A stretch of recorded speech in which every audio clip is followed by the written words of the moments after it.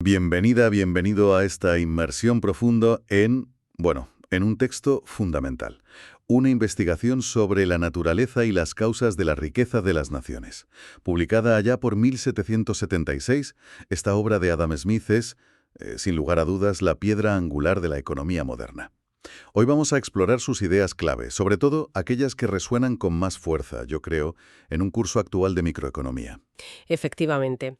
Vamos a meternos de lleno en los 5 libros de la obra, intentando sacar pues los conceptos más importantes. Veremos cómo Smith, que estaba en plena ilustración escocesa, ¿no? Y justo en los inicios de la Revolución Industrial, pues sentó las bases. Las bases para entender cómo funcionan los mercados, la producción, la riqueza. Su objetivo no era solo describir, que también, sino entender las causas. Eso es lo importante. El enfoque tan sistemático de Smith marcó un antes y un después, claramente. Su influencia llega hasta hoy, vamos. Y entender sus argumentos es clave para cualquiera que estudie economía. Podríamos empezar por el principio, ¿no? Por su análisis de la productividad en el libro primero. Perfecto. Aquí Smith pone sobre la mesa una idea que para su época era rompedora. Dice que la riqueza de una nación no viene de acumular oro, como se pensaba, sino de la capacidad productiva de su gente, del trabajo. Y la clave para multiplicar esa capacidad es la división del trabajo. Su ejemplo clásico, el de la fábrica de alfileres, es que es brillante por lo sencillo que es. Cierto, es muy gráfico, sí. Un trabajador solo pues apenas haría, ¿qué? Unos pocos alfileres al día, quizá uno, decía él.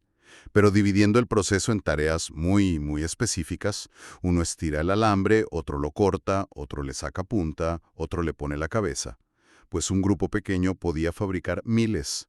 ¿Qué mecanismos concretos vio Smith detrás de este aumento tan espectacular de la productividad? Pues vio 3 principalmente. El primero, la especialización. Eso aumenta la destreza de cada uno en su tarea concreta. Te haces más rápido, más hábil. Segundo, se ahorra tiempo. Mucho tiempo al no tener que estar cambiando de tarea, de herramientas, de sitio. Y tercero, y esto es interesante, el enfocar la mente en un problema muy específico, pues facilita la invención de máquinas, de métodos para hacer esa tarea concreta aún más rápido. Pero esta especialización tan fantástica tiene un límite. Un límite natural, ¿verdad? Correcto, y es fundamental entenderlo. La extensión del mercado, es decir, el tamaño del mercado. Puedes especializarte muchísimo si tienes a quien venderle toda esa producción enorme que generas. Piensa en un pueblo pequeño. El carpintero hace de todo, mesas, sillas, arreglos.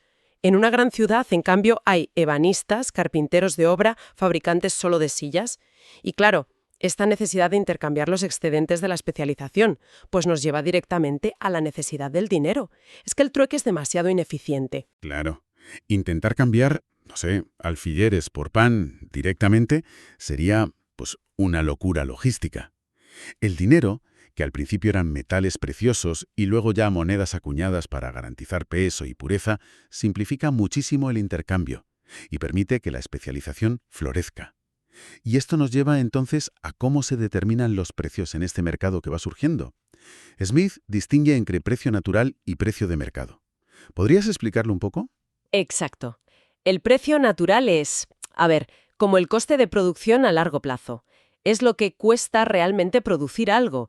Incluye lo necesario para pagar los salarios de los trabajadores, los beneficios del capital que se ha invertido y la renta de la tierra que se haya usado. Todo lo necesario para producir el bien y llevarlo al mercado. Es, digamos, el precio que permite que la producción continúe de forma sostenible en el tiempo. Entendido. ¿Y el precio de mercado? Ese es el precio real, el precio al que se vende algo en un momento concreto, en el día a día. Y este fluctúa constantemente. Sube, baja. ¿Según qué? Pues según la oferta que haya disponible de ese bien y la demanda efectiva. Ojo, demanda efectiva, que es la demanda de aquellos que pueden y además quieren pagar ese precio natural, ese coste. Si la demanda efectiva es mayor que la oferta, pues el precio de mercado sube, se pone por encima del natural. Si la oferta es mayor que la demanda efectiva, pues el precio baja, cae por debajo del natural. Aquí ya vemos la base de la microeconomía moderna, ¿no? El juego de oferta y demanda determinando los precios en mercados, idealmente competitivos. Y Smith creía que este precio de mercado, aunque fluctuara, Tiende a volver al natural. Sí, sí. Si hay libertad de mercado, claro. Él pensaba que funciona como una especie de gravedad. Un precio de mercado alto atrae a nuevos productores, oportunidad de negocio. Eso aumenta la oferta y, ¿qué pasa? Que el precio tiende a bajar otra vez. Al revés, un precio muy bajo expulsa a productores del mercado, no les compensa, eso reduce la oferta y el precio tiende a subir, siempre gravitando hacia ese coste de producción. Y bueno, una vez que se genera ese valor, Smith analiza cómo se reparte, o sea, cómo se distribuye el precio del producto final entre los factores que han intervenido, y habla de salarios, beneficios y renta. Vale, perfecto. Empecemos, si te parece, por los salarios. De acuerdo. Los salarios, dice Smith, se negocian entre los trabajadores y los patronos, y reconoce que normalmente los patronos tienen ventaja en esa negociación. Pueden esperar más, están más organizados. Pero los salarios tienen un suelo, un mínimo, el nivel de subsistencia. Lo justo para que el trabajador y su familia puedan sobrevivir y mantenerse. Sin embargo, y esto es importante, en las economías que están creciendo, que van bien, la demanda de trabajo es alta. Y entonces los salarios tienden a subir por encima de ese mínimo de subsistencia. Bien. ¿Y los beneficios del capital? ¿Qué son exactamente para Smith? Tienden a ser más bajos donde hay mucho capital y mucha competencia entre capitalistas. Y al revés, más altos donde el capital escasea o en sectores nuevos con poca competencia. Smith también observa una relación inversa entre salarios y beneficios. Si los salarios suben mucho, tienden a presionar los beneficios a la baja, y viceversa. Hay una tensión ahí. Entendido. Y nos queda la tercera parte del reparto, la renta de la tierra. La renta es más bien un resultado del precio del producto. Es el precio alto de los productos agrícolas, por ejemplo, lo que permite pagar una renta alta, no al revés. Y claro, las tierras más fértiles o las que están mejor situadas, cerca del mercado, generan más renta. Vale, muy claro todo esto del libro 1. Creo que es un buen momento para hacer una pequeña pausa y recapitular lo esencial, ¿no? Sobre todo pensando en su conexión con la microeconomía. Perfecto. A ver, los puntos clave del libro 1 serían, yo diría, primero, la división del trabajo es la fuente principal de los aumentos de productividad. El ejemplo de los alfileres es la clave para entender esto. Segundo, la extensión del mercado, el tamaño del mercado, limita hasta dónde puede llegar esa división del trabajo. No puedes especializarte si no tienes a quién vender. Tercero, el dinero surge como una herramienta necesaria para facilitar los intercambios en una economía que ya está especializada, supera las limitaciones del trueque. Cuarto, el precio de mercado, el real, el del día a día, fluctúa por la oferta y la demanda efectiva, pero tiende a gravitar alrededor del precio natural, que es básicamente el coste de producción a largo plazo. Y quinto, el valor creado se distribuye en salarios, con un mínimo de subsistencia, pero influidos por el crecimiento económico, beneficios, que son el rendimiento del capital y dependen de la competencia, y renta de la tierra, que es más bien consecuencia del precio. Y todo esto movido por el interés propio de cada individuo actuando en un mercado. La famosa frase: no es la benevolencia del carnicero, del cervecero o del panadero. Muy bien resumido. Si la producción y la división del trabajo son tan importantes, como hemos visto en el libro 1, el libro 2 se centra en el combustible que alimenta todo eso, el capital. Exacto. Aquí Smith hace una distinción importante, que sigue siendo relevante hoy. Distingue entre capital fijo y capital circulante. El capital fijo es el que ayuda a producir durante varios ciclos productivos sin cambiar de manos, digamos. Incluye la maquinaria, los edificios, las mejoras hechas en la tierra e incluso, muy interesante, las habilidades adquiridas por los trabajadores, lo que hoy llamaríamos en parte capital humano. Y luego está el capital circulante, que es el que se consume y se repone en cada ciclo de producción. Aquí entran las materias primas, los salarios que se pagan a los trabajadores, los productos que ya están terminados pero aún no se han vendido, el stock. Vale. ¿Y cómo se consigue más capital? ¿Cómo se acumula? Pues la respuesta de Smith es clara, a través del ahorro. Él lo llama frugalidad o parsimonia. Es la clave. Ahorrar significa no consumir todo el ingreso que se genera. Y esa parte que no se consume se dedica a invertir. Invertir significa aumentar el stock de capital, comprar más máquinas, mejorar las instalaciones, contratar más trabajadores productivos. Y esta acumulación de capital es absolutamente vital para el crecimiento económico, porque más capital, sobre todo el fijo, permite una mayor división del trabajo, mayor productividad y, por tanto, más riqueza. Aquí es donde introduce esa distinción que a veces genera confusión, la de trabajo productivo e improductivo. Sí, y es crucial entender bien a qué se refiere él, porque no es un juicio moral sobre qué trabajos son mejores o peores. Para Smith, el trabajo productivo es aquel que crea bienes materiales, tangibles, bienes que pueden añadirse al capital de la nación. Pensemos en la agricultura, la manufactura. En cambio, el trabajo improductivo es el que genera servicios, cosas que se consumen en el mismo momento en que se producen y que no se pueden acumular como capital. Aquí metía a los sirvientes, a los profesionales liberales, médicos, abogados de la época, a los funcionarios, los militares. Insisto, no dice que no sean útiles o necesarios. Simplemente, desde la perspectiva de la formación de capital, no contribuyen directamente a aumentarlo. Entendido. Es una distinción analítica para entender cómo crece el capital físico de un país. Y este capital, además de usarlo uno mismo, se puede prestar a otros. Claro.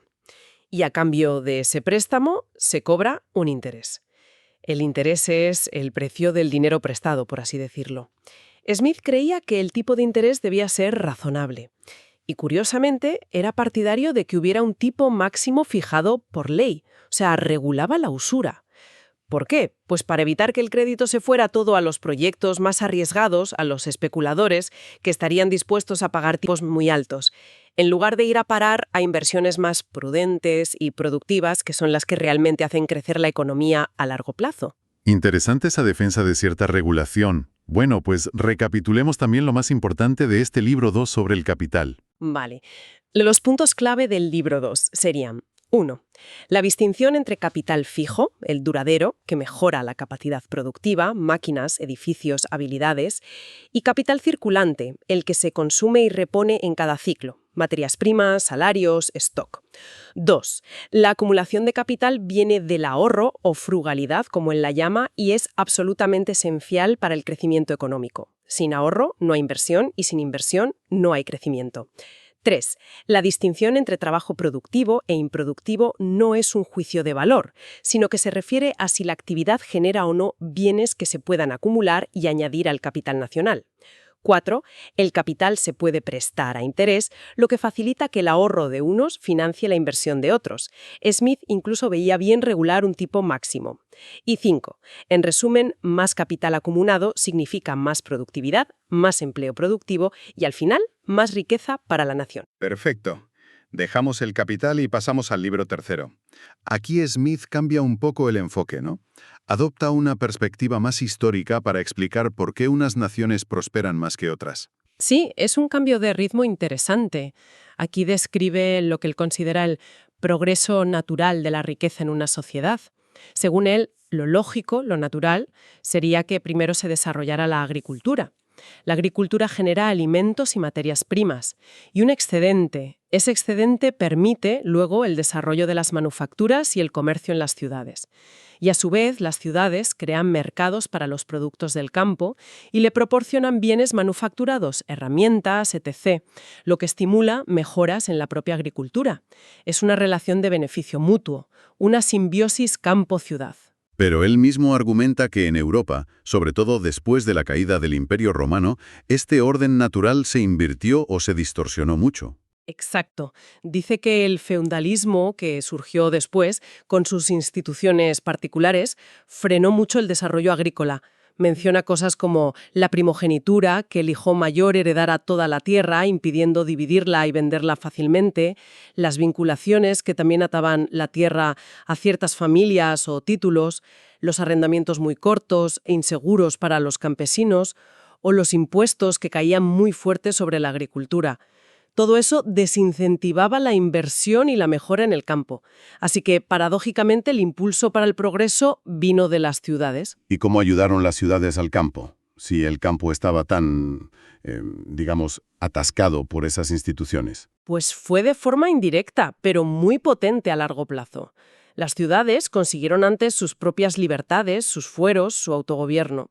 Dentro de ellas se desarrollaron las manufacturas y el comercio, primero local, luego a larga distancia.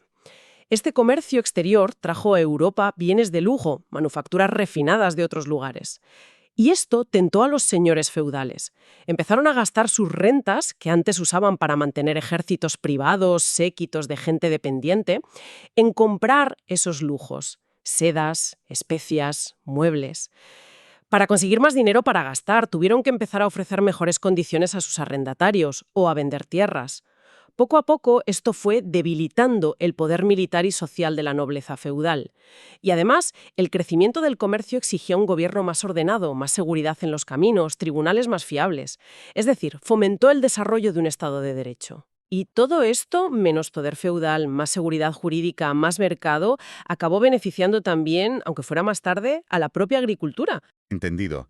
Una visión muy interesante de la historia económica europea.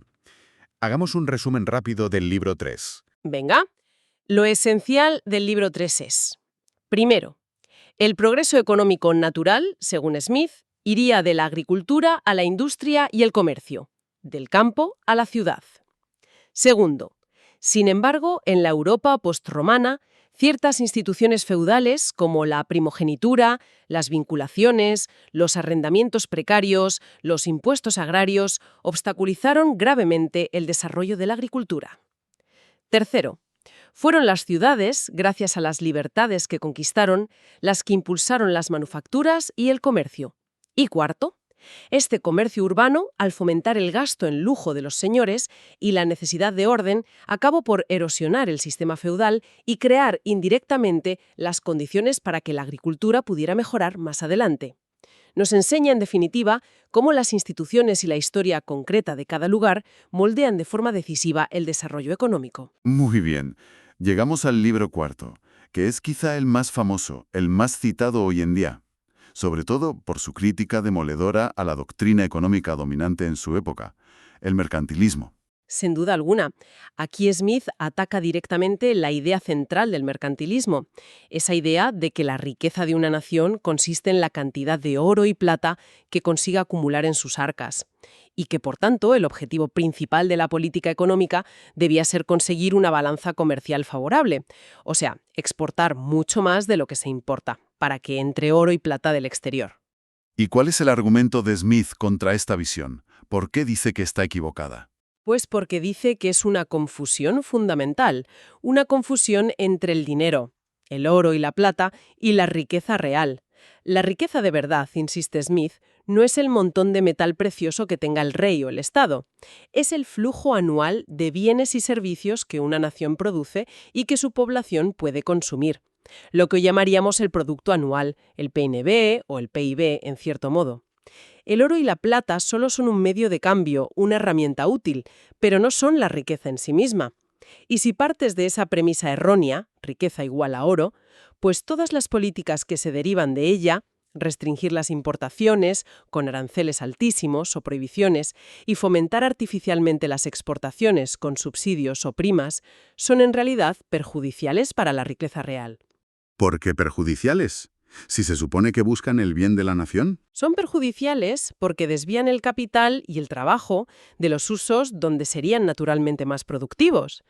Si prohíbes importar un bien que fuera se produce más barato o mejor, obligas a tus ciudadanos a consumir el producto nacional que es más caro o de peor calidad. Eso reduce su bienestar real. Estas políticas, dice Smith, benefician a unos pocos productores nacionales, los que están protegidos de la competencia exterior, pero lo hacen a costa del interés general de la sociedad, de los consumidores. En cambio, Smith defiende con pasión el libre comercio. La idea de que cada país debería especializarse en producir aquello en lo que es más eficiente y luego comerciar libremente con los demás. Exactamente. Aunque él no llega a formular la teoría de la ventaja comparativa como la desarrolló luego David Ricardo, que es un poco más sutil, sí que expone claramente la idea de la ventaja absoluta.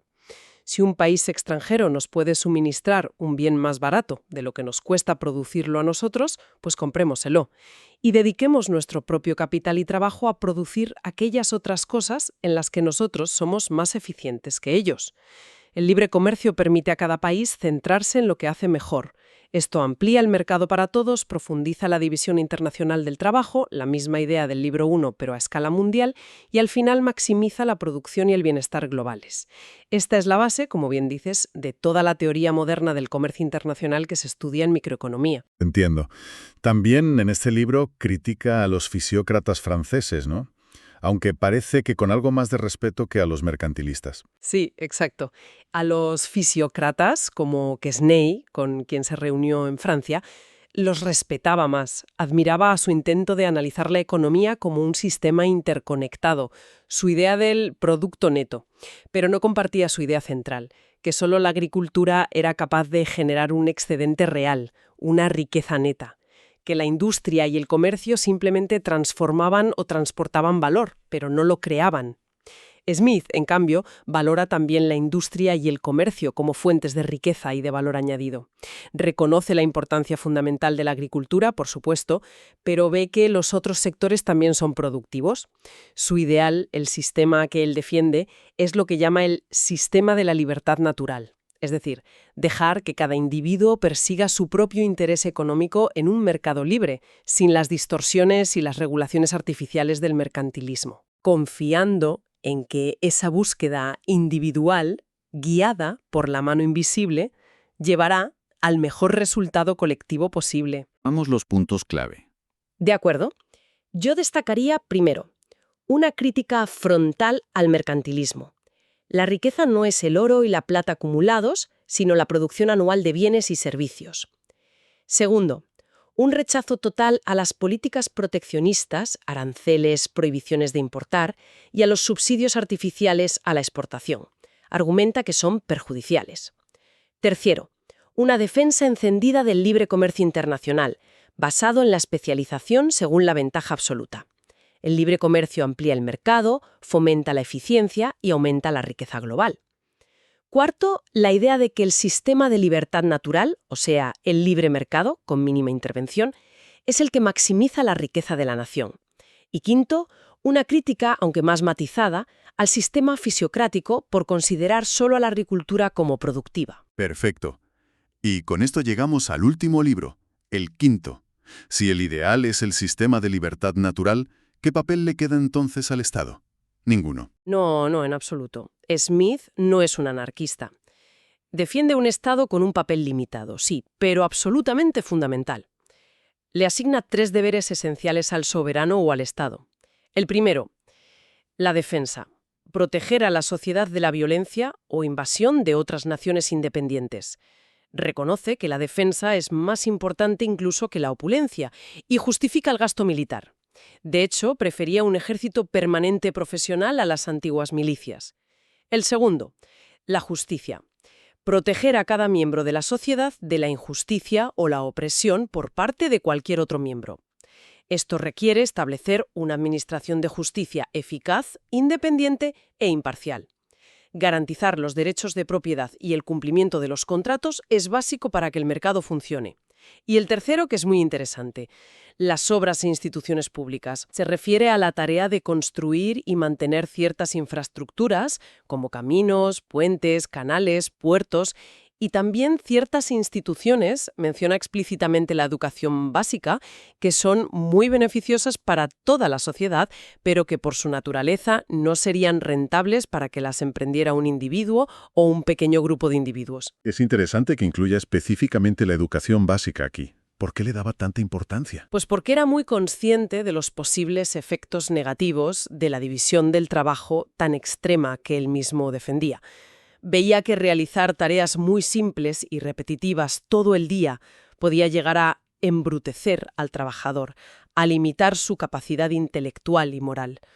Por eso consideraba que una instrucción mínima, leer, escribir, contar, era necesaria no solo para que la gente pudiera participar mejor en la economía, sino también como ciudadanos, para contrarrestar esos efectos negativos de la especialización. Sugería que el Estado podía facilitar esta educación básica o incluso exigirla, aunque pensaba que una parte del coste la debían pagar los propios beneficiarios o sus familias. Esto conecta directamente con la idea moderna de bienes públicos y también con las externalidades positivas de la educación, conceptos clave en microeconomía. Son cosas cuyo beneficio para la sociedad es mayor que el beneficio privado y por eso el mercado por sí solo tiende a proveerlas en cantidad insuficiente. Claro. ¿Y cómo financiar estas funciones esenciales del Estado? Defensa, justicia, obras públicas, educación. Pues con impuestos, claro. Smith también tiene mucho que decir sobre cómo deben ser esos impuestos. Obligada hoy en día en cualquier manual de hacienda pública. La primera es la igualdad o equidad. Cada ciudadano debe contribuir a financiar al Estado en proporción a sus respectivas capacidades. Y él entendía esa capacidad sobre todo en proporción a los ingresos que cada uno disfruta bajo la protección del Estado, o sea, que paguen más los que más tienen. La segunda es la certeza. El impuesto que cada individuo tiene que pagar debe ser cierto, claro y no arbitrario. La cantidad a pagar, el momento del pago, la forma de pago, todo debe estar claro y preestablecido para el contribuyente. Odia la arbitrariedad. La tercera es la comodidad. Todo impuesto debe recaudarse en el momento o de la manera que sea más cómoda o conveniente para el contribuyente pagarlo. Por ejemplo, impuestos sobre el consumo se pagan cuando consumes, impuestos sobre la renta cuando la recibes, y la cuarta es la economía o eficiencia. El impuesto debe diseñarse de tal manera que se recaude con el mínimo coste administrativo posible para el Estado. Y muy importante, debe interferir lo menos posible en la actividad económica. Es decir, que no desincentive el trabajo, el ahorro o la inversión más de lo estrictamente necesario, y que no genere demasiada evasión fiscal. Son principios que, la verdad, suenan totalmente actuales. Cualquier sistema fiscal moderno aspira a cumplir estas 4 máximas, aunque sea difícil equilibrarlas todas. Y él mismo analiza diferentes tipos de impuestos bajo esta óptica, ¿no? Sí. Evalúa los impuestos sobre la renta de la tierra, que le gustaban bastante porque creía que no desincentivaban la actividad, sobre los beneficios del capital, más problemáticos porque podían inducir a sacar el capital del país, sobre los salarios, muy críticos con ellos si eran sobre el salario de subsistencia, porque creía que al final los pagaban los patronos o reducían la capacidad de tener familias, y también sobre el consumo. Aquí distinguía, los impuestos sobre bienes de lujo le parecían bien, porque los pagan los ricos y son voluntarios. Si no quieres pagar el impuesto, no consumes el lujo. Pero era muy crítico con los impuestos sobre bienes necesarios, como la sal o el pan en su época, porque afectaban desproporcionadamente a los pobres, y creía que acababan o bien subiendo los salarios de subsistencia o bien recayendo sobre la renta de los terratenientes al reducir la capacidad de pago de los trabajadores. Muy completo el análisis. Cerremos entonces con el resumen del libro quinto. Venga, lo fundamental del libro 5 sería, primero, el Estado tiene 3 funciones clave e irrenunciables: defensa exterior, justicia interior y provisión de ciertas obras e instituciones públicas que no son rentables para la iniciativa privada, pero benefician a todos. Segundo, la educación básica es una de esas instituciones importantes que el Estado debe promover, en parte para mitigar los posibles efectos negativos de la excesiva especialización laboral. Tercero, la financiación de estos gastos públicos debe venir de impuestos que cumplan, en la medida de lo posible, las 4 máximas: equidad, proporcionalidad a la capacidad, certeza, claridad, no arbitrariedad, comodidad, facilidad de pago y eficiencia, bajo coste de recaudación y mínima distorsión económica. Y cuarto, el análisis de cualquier impuesto debe considerar no solo quién lo paga nominalmente, sino su incidencia económica real. Es decir, quién acaba soportando la carga de verdad y cómo afecta a las decisiones económicas. Pues hemos recorrido, yo creo que con bastante detalle, los pilares de la riqueza de las naciones. Una obra densa, sin duda, pero increíblemente lúcida y, desde luego, precursora de casi todo lo que vino después en economía. Absolutamente. Si tuviéramos que sintetizar en muy pocas ideas las más potentes, las que siguen resonando hoy con fuerza, yo diría que son estas. 1. La división del trabajo y la especialización son el motor fundamental de la productividad y, por tanto, de la riqueza. 2. El interés propio de los individuos, actuando en mercados libres y dentro de un marco de justicia, conduce como por una mano invisible al bienestar general. 3. La acumulación de capital, que se consigue a través del ahorro, es la clave para el crecimiento económico a largo plazo. 4. Los precios de mercado se autorregulan fluctuando alrededor de los costes de producción, el precio natural, gracias al juego de la oferta y la demanda. 5. El libre comercio internacional beneficia a todas las naciones participantes al permitir una mayor especialización y eficiencia. 6. La riqueza real de una nación no es el dinero que acumula, sino su capacidad productiva anual de bienes y servicios. 7. El Estado tiene un papel esencial, pero limitado. Garantizar la defensa, la justicia y proveer ciertos bienes públicos que el mercado no suministraría eficientemente. Y 8. La tributación para financiar al Estado debe ser equitativa, cierta, cómoda y eficiente. Perfecto. Y para quienes nos escuchan y están quizá con el manual de microeconomía al lado, aquí va una especie de checklist rápido. Conceptos clave de Adam Smith, que son directamente aplicables y que seguro que ven en la asignatura. División del trabajo, especialización, extensión del mercado, mano invisible, interés propio, precio natural, precio de mercado, oferta y demanda, salarios, beneficios, renta, capital fijo, capital circulante, acumulación de capital, trabajo productivo e improductivo, entendido en su contexto, crítica al mercantilismo, defensa del libre comercio, funciones del Estado, los 4 principios de la tributación y la idea de bienes públicos, aunque él no use el término exacto. Exacto. Y como consejo práctico para la asignatura, usar estas ideas de Smith ayuda mucho a entender la lógica que hay detrás de los modelos que se estudian. Por ejemplo, en los modelos de competencia perfecta, ¿por qué se supone que los beneficios extraordinarios desaparecen a largo plazo? Pues por la idea de Smith de que el precio de mercado gravita hacia el precio natural. ¿Por qué se dice que el comercio internacional es beneficioso? La base está en la idea de Smith de la especialización y la ventaja, aunque sea absoluta en su caso. Entender de dónde vienen estas ideas, la lógica original de Smith, da una base muy sólida para comprender la microeconomía moderna. Ayuda a ver el porqué de las cosas, no solo el cómo funcionan los modelos matemáticos. Muy buen consejo. Y bueno, para terminar, quizá una reflexión que sigue abierta, ¿no? Smith escribió en los albores del capitalismo industrial, en un mundo muy diferente al nuestro. ¿Hasta qué punto podemos aplicar hoy, tal cual, su fe casi absoluta en la autorregulación del mercado y en la mínima intervención del Estado? Pensando en los gigantes corporativos globales que existen hoy, en las crisis financieras sistémicas que hemos vivido, en retos enormes como el cambio climático, problemas que él, lógicamente, apenas pudo imaginar. ¿Sigue valiendo la mano invisible sin más? Es una pregunta crucial, desde luego. No hay una respuesta fácil. Los principios de Smith sobre la eficiencia del mercado, los incentivos, la importancia de la competencia, siguen siendo el punto de partida fundamental para analizar la economía. Pero la complejidad del mundo actual con esos fenómenos que mencionas, poder de mercado, externalidades globales, información asimétrica, crisis sistémicas, exige sin duda una reflexión continua sobre el alcance, los límites y las posibles adaptaciones de sus ideas. El debate sigue muy vivo. Pues ahí queda esa reflexión final para seguir pensando. Muchísimas gracias por acompañarnos en esta exploración profunda de Adam Smith. Ha sido un placer. Hasta la próxima.